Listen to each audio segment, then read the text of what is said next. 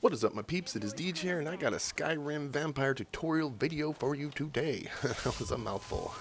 That's what she said. Anyway, if this has ever happened to you, you know what kind of a hassle it is to go without feeding if you're a vampire. There are a lot of good perks to being a vampire, but there's a few downfalls, and this is pretty much the main one right here. You also don't get your stamina regenerated in daylight. As you can see, my stamina bar is just staying down. That sucks, and if you don't feed every 4 days, this happens. Everyone hates you. Everyone will attack you. Only the people like your followers, they're the only ones that won't attack you. Pretty much everyone hates you. So the first thing we're going to learn is if this happens to you, you need to learn the power that you get on the 4th day of being a vampire, and that's Embrace of Shadows. What it does is make you go invisible. So what you want to do if they attack you is equip it, use it, and they'll still see you. It's just like invisibility, but if you go into sneak mode, they can't see you unless, you know, they're right up on you. So do that, use the Embrace of Shadows, go into sneak, and get out of town. The next thing you need to do is feed, or this will keep happening. So I'll go over that in a little while. But first what we're going to do is go over the perks and effects that you get as a vampire. And they change every day up until the 4th day. Well, not all of them, so this is what we're going to go over. First is illusion spells cast by vampires are 25% more powerful. Personally, I didn't use that because I wasn't really into the illusion thing. But if you're into illusion, you know, you get a quarter more powerful. What the fuck is that? Weird shit going on outside my window. All right, 25% harder to detect when sneaking. So it's just a bump in sneaking. Now, neither one of these raise. These stay the same.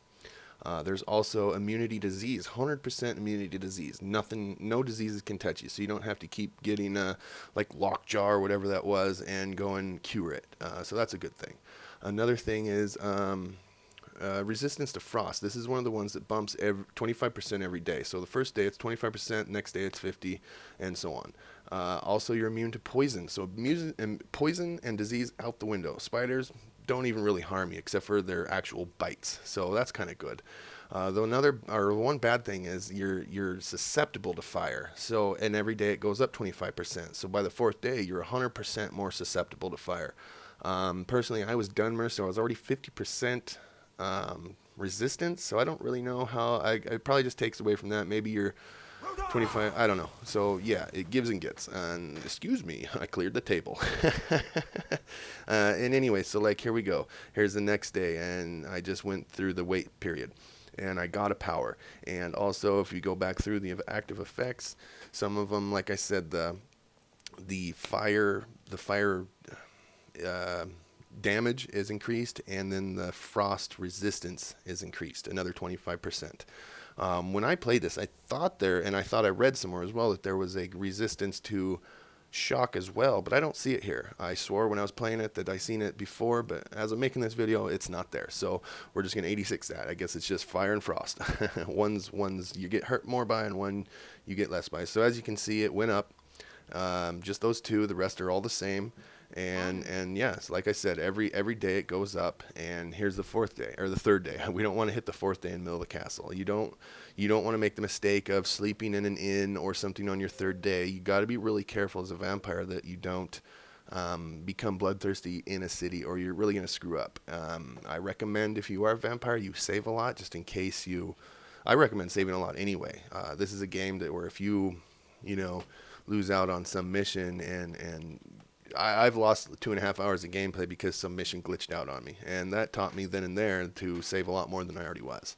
So long wait period there. I should have cut that out. Oh well. And as you can see, I got more powerful in the vampire, and all it did was it didn't give me another power. It just made me weaker to fire and more resistant to frost. Hold on, I got a phone call. Screw that phone call. So let's get on with it. I don't know who it is. And then another power, let's get into the powers. That's what it is. Damn phone call, just messing me up. Vampire size, the basic one, you get it right off, and it's pretty self-explanatory. You just get a brighter image at night, and that's nothing. The other ones are Vampire Seduction. Wow, that went by real quick, so we'll get to it here in a second. So what I'm in a dungeon looking for a guy, and this only works on low-level guys, so you can't be doing dragon priests and whatnot. So as you can see, this guy don't like me. He comes at me, and my sneak is so good, he just goes around me. Anyway, so yeah, once he finds me and wants to attack me, I just equip the seduction and shoot him with it. Shoot him, damn it. There we go. And you see he becomes friendly. It lasts for 30 seconds, and no, they don't fight for you. That's the next one. So yeah, as you can see, I'm just walking around waiting for it to wear off. It's a good 30 seconds. So really useful. I guess the only thing it would be for is if you're gonna die, or say you didn't mean to go in a room or something, or you weren't ready. Just use it on them and get away, you know, or walk by them. It's basically just a deterrent. I really don't see a useful use for this, you know, because it's really only for people that are going to attack you. And then I'll show you the next one. This is basically it's raising a zombie. So it's the same thing. They're basically, these powers are already kind of in the game, but these are vampire powers. And so let's kill him real quick and raise him. And what the cool thing of this one is, he's not, again, not very powerful, but he will protect you and fight for you for a second. And even though they fall quick, as you'll see in a minute, I take him with me and he dies in like 2 blows. It's pretty shitty. Yeah, there. It's not very useful. Again, I didn't use any of these, but the vampire sight and this right here. This is when you need to feed. So again, you need to embrace of shadows. Unless you're not, I mean, if you pre-feed, this is, you only need to use this if they're after you, if you're bloodthirsty. You can go into anyone's house at night. I'm pretty sure it's after 1 a.m. is when people sleep. So you need to sneak into a house. If you aren't at the 4-day mark, you can do it every night if you want, just so you don't hit the 4-day mark. That's what I was doing. But this, again, this is just a tutorial on how to get past something if you're in a pinch and everyone's after you. So what I did is I usually use Rorikstead, but this is Riverwood, and I go to the stones or the cave right by it, and then I sneak to Fendal's house. And as you can see, I come in now and he's not there. But with my sneak up really good, what I can do is just kind of wait for him to come home.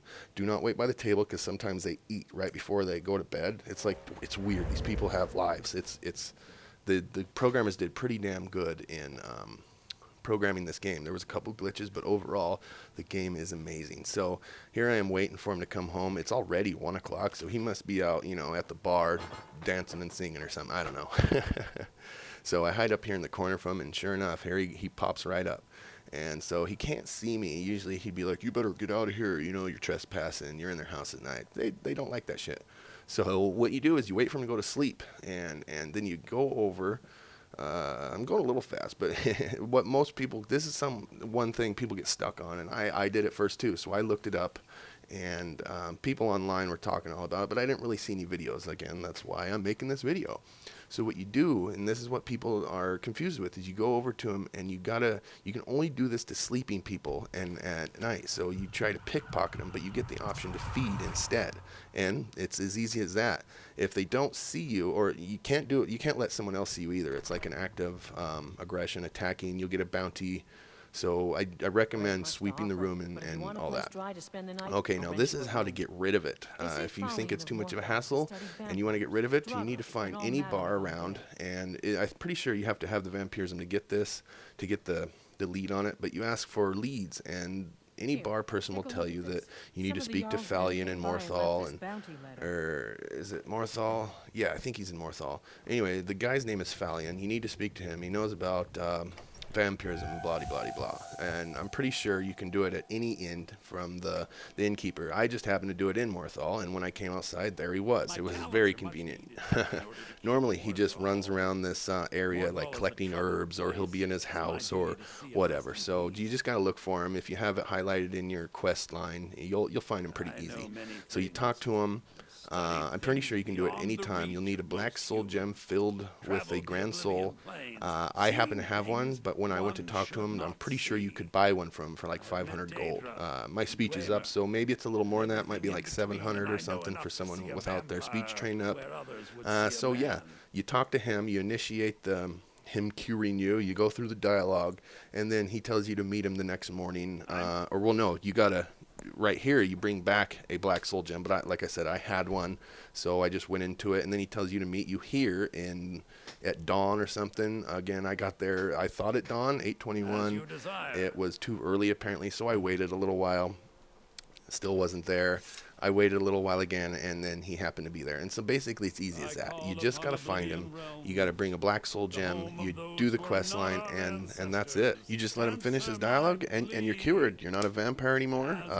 There is another way. If you're a vampire, and actually this is the way I did it for real in my game. If you're a vampire and you become a werewolf, you switch, you're cured of your vampirism. So that's another way of doing it. So if you haven't done your companion's quest line, you can do that, and you'll be cured as well.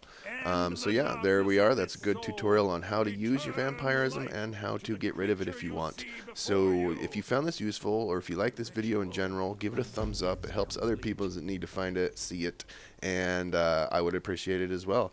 Until next time, guys, keep up the awesome gaming, and if you like this type of thing, and if you want to see more actionable videos, just subscribe to me. I'll be bringing out some cool shit. Alright, later guys, and chicks.